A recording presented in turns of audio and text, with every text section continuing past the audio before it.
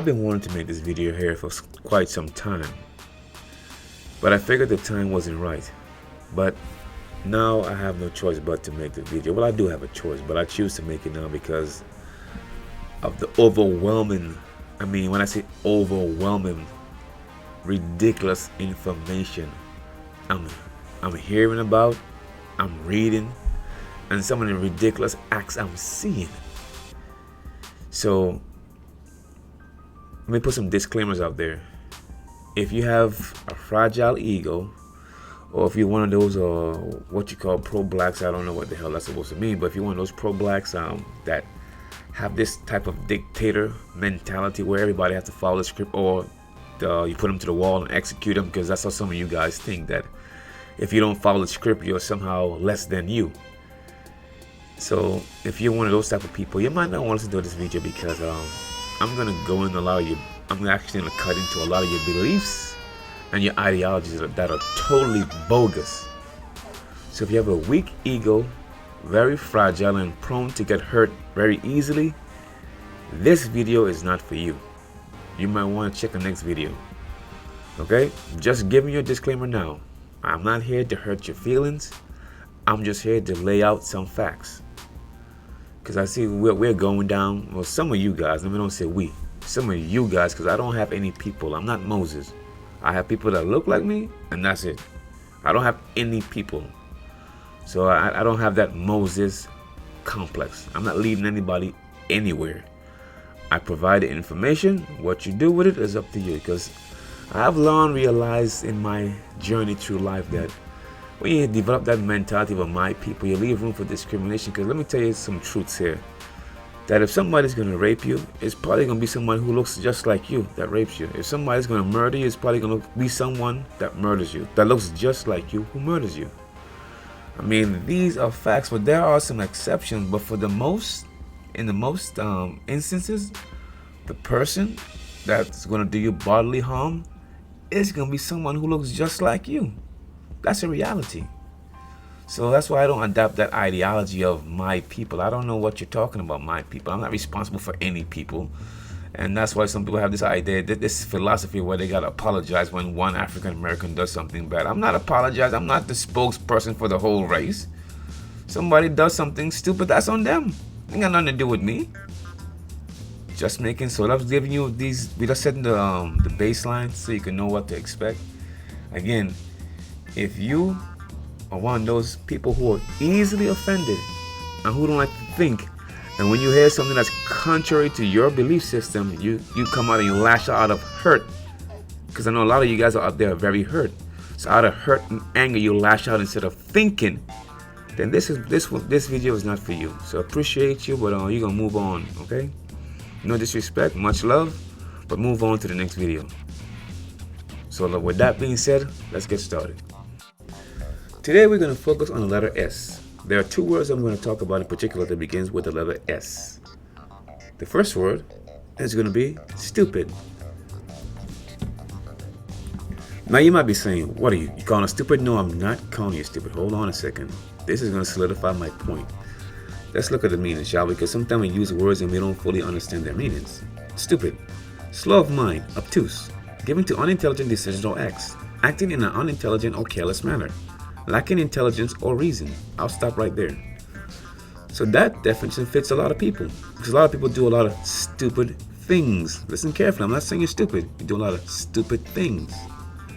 Now let's touch on the other word that begins with S. This is the more important word here, because some people say that some people in America, African Americans in particular, are suffering from a severe case of Stockholm syndrome. I tend to agree but disagree. I think we are suffering, well, it's me using that word again, weak. I think some of us are suffering from a severe case of schizophrenia. Allow me to illustrate.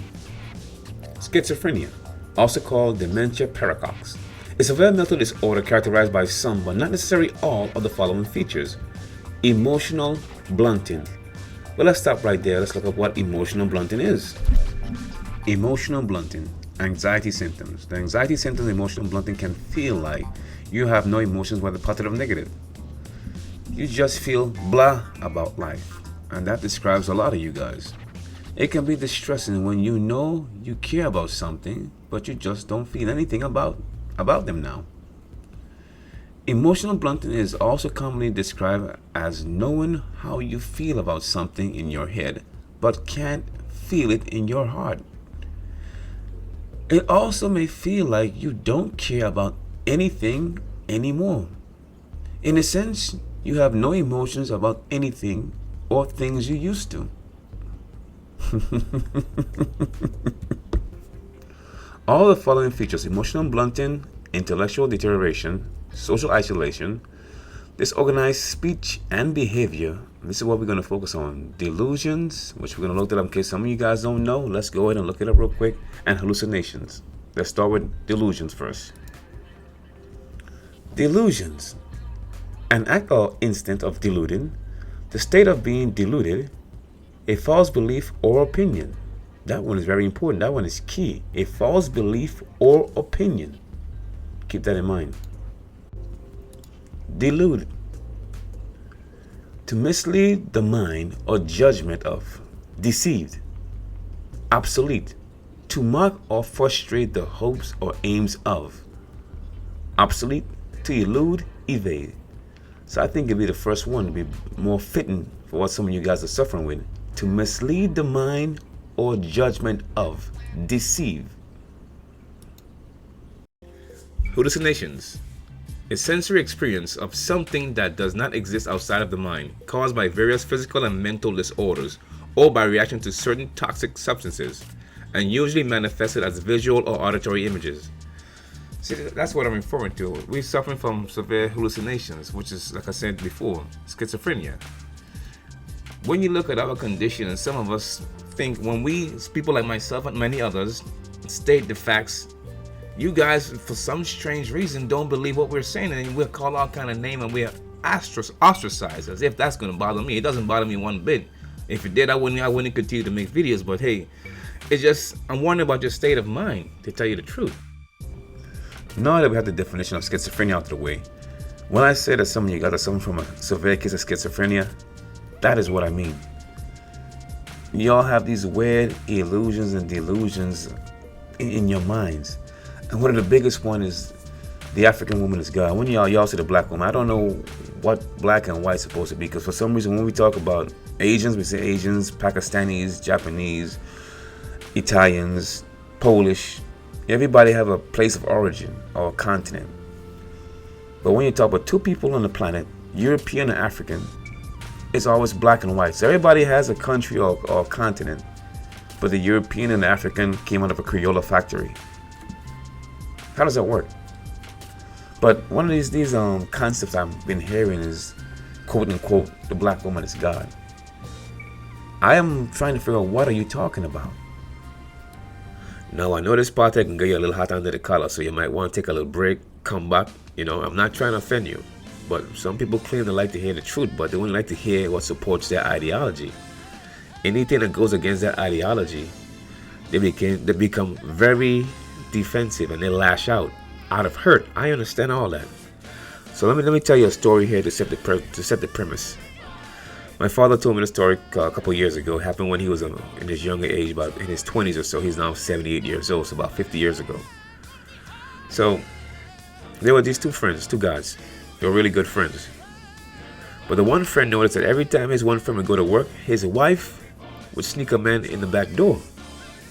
So being the good friend that he was, he told his friend, hey, look at now, brethren, every time you go to work, your wife just sneaks somebody in the back door, So I was trying to let you know what's going on. So how do you think his friend responded to that news? Did he confront his wife? B, did he confront the individual sneaking into his back door, the other man? Or C, did he lash out at his friend? Well, let me tell you what happened. He stabbed his friend to death. That's right. The man who told him the truth, who told him, hey, brethren, every time you go to work, somebody sneaking in your back door. Your wife bringing somebody in your back door, our next man. He stabbed his friend for telling him the truth. Why? Because he couldn't deal with the truth. It was too painful. So instead of lashing out at the right source, the woman or the other man, he lashed out at his friend. Now he regretted it after the fact that he killed his friend, but it's done too late. His friend was already dead. You see what I'm saying? So people claim they love truth, but sometimes they can't handle the truth.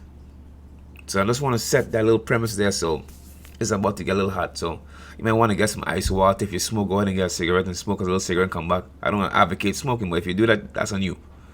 You might want to take a little break, get a little ease, because like I say, it can get a little hot under the collar. All right, let's go forward. On a side note, okay, I'm not going to kill no next man for no woman. That don't make any sense, Because if she was going to cheat on you while you was alive or while you're out of prison, guess what happens when you die or go to prison? She going to be sliding down poles like a firefighter, okay? Toot toot! And they ain't got no fire if you catch my drift. So all I'm saying, man, it's not worth it killing somebody over somebody cheating on you. Is it going to hurt? Of course it is. But you know what? Walk it off. You can argue it out, but you can find somebody else. But to kill them, it ain't worth it. Back on topic now. Now this is what image right here of a video. Like I said, I took this image back on January 30th, and this is of one of your gods. I don't know why she couldn't be a goddess, but I don't know why they couldn't be goddess. But for some reason they're gods. There's confusion there because they're supposed to be feminine, but for some reason they're masculine. That's another conversation for another time. Nevertheless, and I'm not trying to beat down the African female. No, that's not what I'm doing. I'm just being realistic. I'm seeing a lot of females, especially African females, taking on a lot of masculine traits. When I was growing up, I would have never heard of a female shooting after another female. That's something that you would have in the guys' realm. And I'm not trying to be sexist. I'm just trying to be realistic with you. Our emotions and our thought process have become so confused that we don't even know our roles anymore. Some guys don't know if they should stand up when they pee or sit down when they pee. I'm just being real. Look, I'm being honest. It's totally confusing. I feel sorry for the young kids coming up and the ones coming after them and so forth and so forth. Because this is totally confusing. But back on topic. You're telling me you're God. The black female, or what you guys would say, the black woman is God. So can't she manifest some change that's going on in her community right now? I mean, some much needed change? The answer is no. According to some of you guys' logic, the European is the devil. You have to go to them for everything. They even lay down the rules for you to follow. I know it's going to hurt your feelings, but that's real. That's real. They lay down the rules for you to follow. But you are supposed to be God. And they are supposed to be the devil. Now, let that sink in for a second. So according to your logic, this is your doctrine. The European, what you guys say is the devil, is running and controlling the earth. But you, who are supposed to be God, are subservient to the European, who is the devil. So what you're telling me in essence is the devil is stronger than God. Now I know that's gonna hurt your feelings, but I mean I just gotta look at it for what it is. See, when you live in delusion or you have illusions about reality, this is the kind of stuff you don't want to face.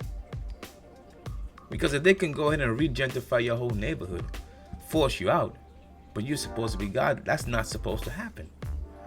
They can lay you off from a job, cause you to be homeless. How's it happening? You are supposed to be God. They should not be able to control your very fabric of life. But we look all across America, all across the world. When I say the word poor and people, what comes into your mind? Is it other African people? What you would say black people? If I just say poor people, what comes into your mind? Be honest. What comes into your mind? Because the first image that comes into my mind is poor African people. Whether it be in the Caribbean, in the Americas, in Africa, elsewhere around the world. But this is a reality we don't want to face. But again, I'm supposed to believe in the logic that we are gods and goddesses and so forth, while we are living in object poverty. You guys don't live in reality. I don't know why you can't see what's going on right around you. But then again, I take it back. Allow me to contradict myself. I understand why you can't see, because you're suffering from a severe case of schizophrenia. You're delusional. And when anyone comes to you and show you, hey man, the condition you're living in is not right. Right now, you're 1 or 2 checks away from being homeless. Okay?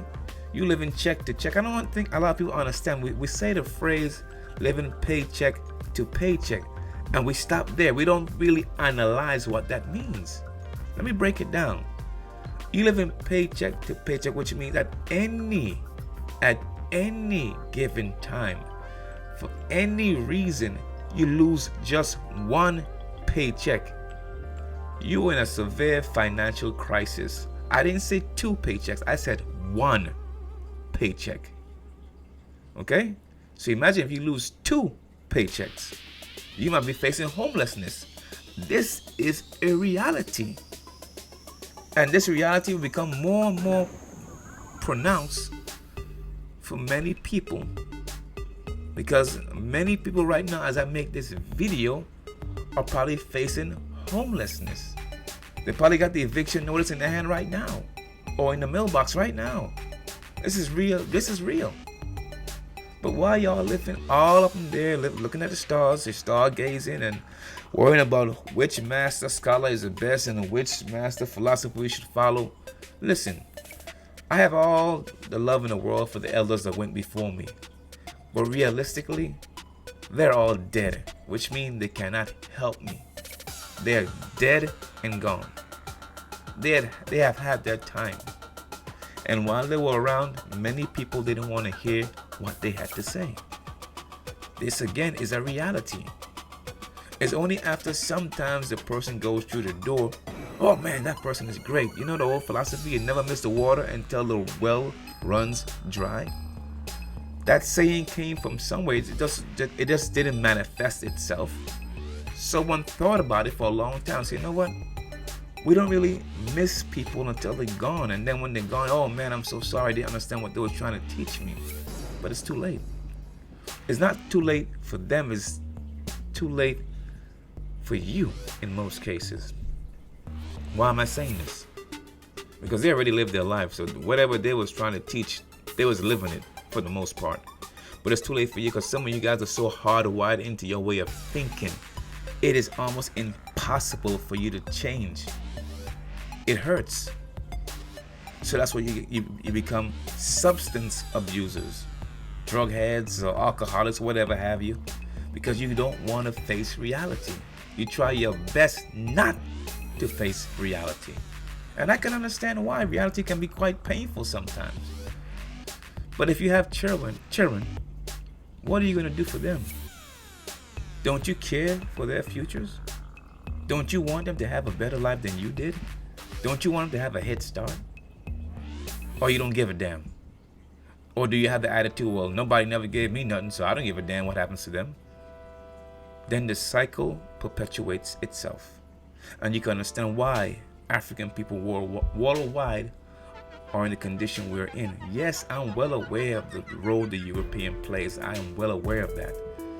However, when I see when some of us have money, vast amounts of money, and we choose to spend our money in all type of asinine stuff. I even saw one article about the fellow named who was on the Breakfast Club. I think his name was Birdman, I believe, who had a 24-carat toilet. Now, I'm not sure if the story is real or not, but I mean, I got it from many different sources. And the toilet alone cost $2 million for a toilet. A toilet.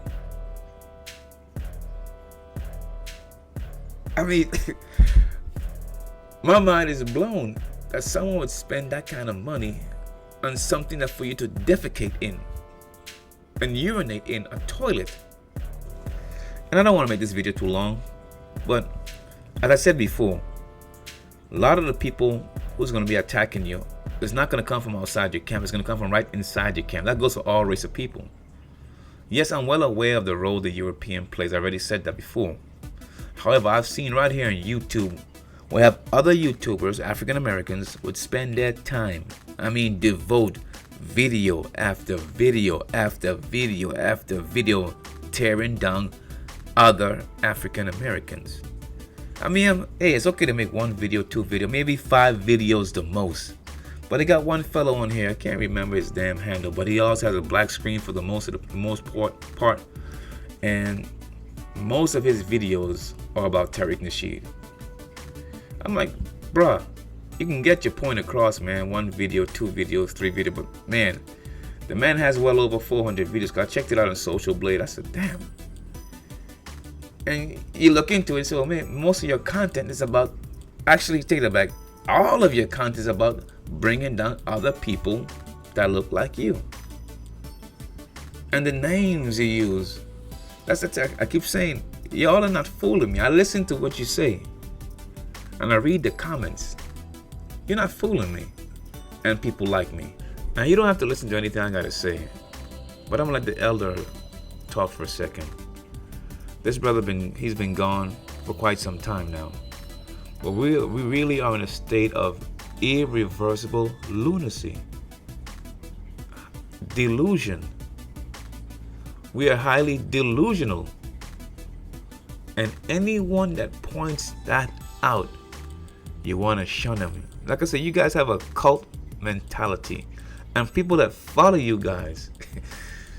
Wow, that's another topic. I'm gonna leave that alone. But anyway, I'm gonna let the elder say a couple of words, and I'm gonna come back after that. Let me be as clear as I can in the characterization of our posture as a race in a racist culture. At the same time, understanding the pardonable bias that I must have as a member of our race, I am perforce impelled to be as charitable in that characterization as my commitment to truth permits. With the foregoing qualifications and caveats, I would suggest to you that we as a people are at best in a state of mental retardation and at worst irreversible lunacy. That is unkind and, what is worse, imprecise. Let me be a bit more specific. The African masses in America are in a state of mental retardation. The African leaders are irreversibly insane. It is upon the basis of the latter proposition that I intend to construct the balance of this tale of woe. To those of you in the audience who are members of the Hang On and Hope for a Break Club, I would suggest that you leave now. I do not bring a message of love thy oppressor as thyself. My only hope is to bring a message of sanity to the inmates of this giant lunatic asylum called the United States of America. Perhaps the first indication of a loss of sanity or mental retardation is a profound inability to understand the meaning of language, with its attendant tendency to seek meaning in self-contradictory statements. The logicians among us will explain to us that a statement is self-contradictory when, by the definition of its own terms or words, it can neither be true nor false. It is rather meaningless. If there are those among us who flinch at the designation of our people as Africans, please be reminded that the Europeans called us blacks before we insisted on the term colored, and then Negro, and now black again. Interestingly, our European captors never referred to us as Africans. If I were of European extraction, and 15% of the population of my country traced its ancestry to the richest and most thinly populated major land mass in the world, neither would I remind them of their ties to that land, especially if I were engaged in the systematic rape of the natural resources of that land the corruption of its indigenous leaders, and the starvation of its masses. No, under those circumstances, I suspect that I would create a myth. I would create the myth of the black American. After a few years, the African would begin to believe in that contradiction. He would begin to believe that he was, in fact, American. And he would cling to that belief to the extent that his emotions would range from unease to great anger.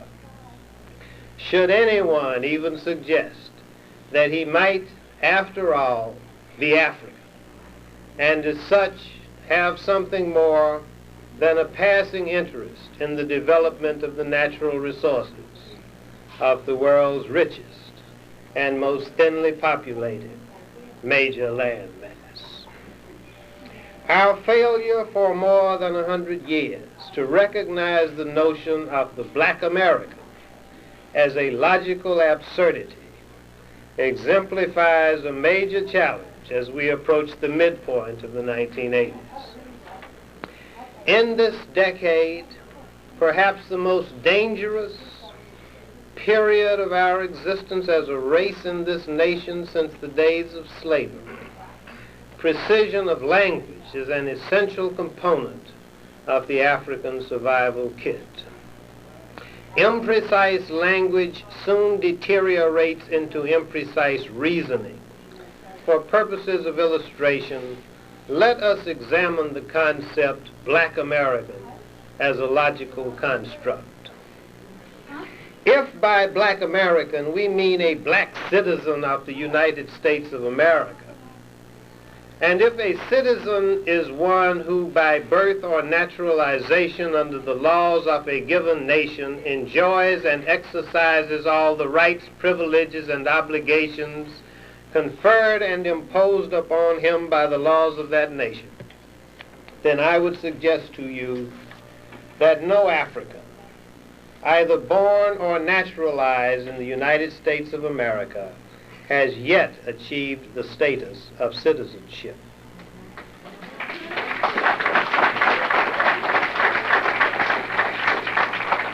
We are treated as citizens only with respect to the obligations of citizenship. With respect to the rights of citizenship, we never were, nor shall we ever be, citizens of this benighted land. Now the elder said a mouthful, more than a mouthful. So again, that speech he given was back in actually 1985. I ask you a question: what has changed since then? Oh yes, we had a biracial president, President Barack Obama. Some people say the first black president. Okay, no problem. But have the conditions for African Americans improved? The answer is no.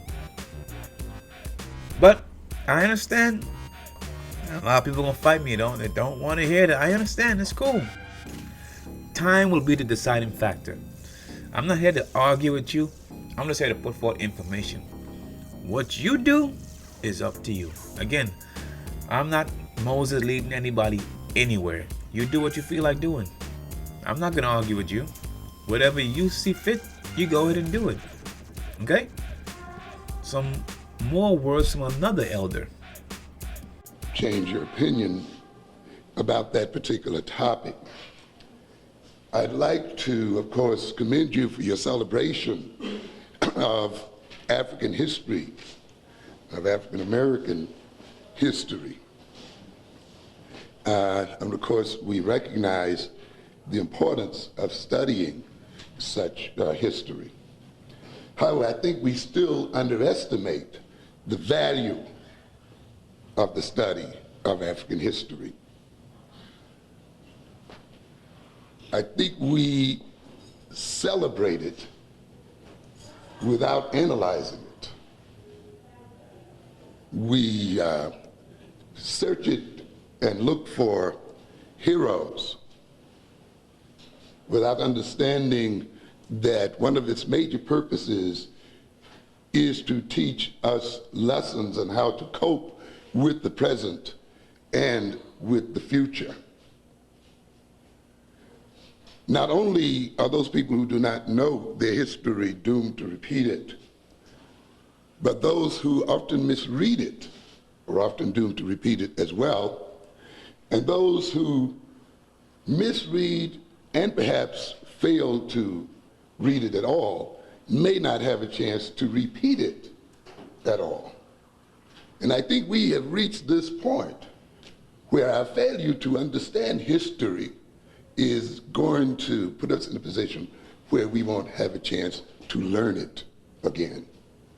The survival of our people is at the crossroads today.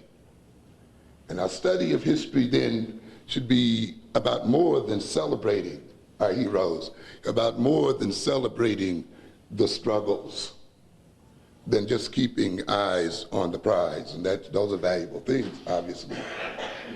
But we must look at history in terms of coming to understand our current and our future obligations and what must be accomplished by those things. If we're not careful, we will be beguiled by our study of history. Many of us who have not studied, for instance, Reconstruction history, the history of the United States, particularly of African Americans during the 1860s and 70s, may think that we are entering a new era in American history. We may think that the things that we're witnessing today, the elections of blacks to political office and their appointment to various positions, their activities in various corporations, and so forth, is something new in American history. And yet, a study of Reconstruction history will quickly convince us that we are currently undergoing deja vu. Many of us see history as a continuing progress upward and onward. We have bought the American concept of progress, the idea that things must, over time, necessarily get better. There is no law in the universe that tells you that your future survival is assured, that you will continue to exist now and into the future. There have been races and ethnic groups who have been virtually wiped out on this planet. And there's no guarantee that your own group will not be wiped out as well.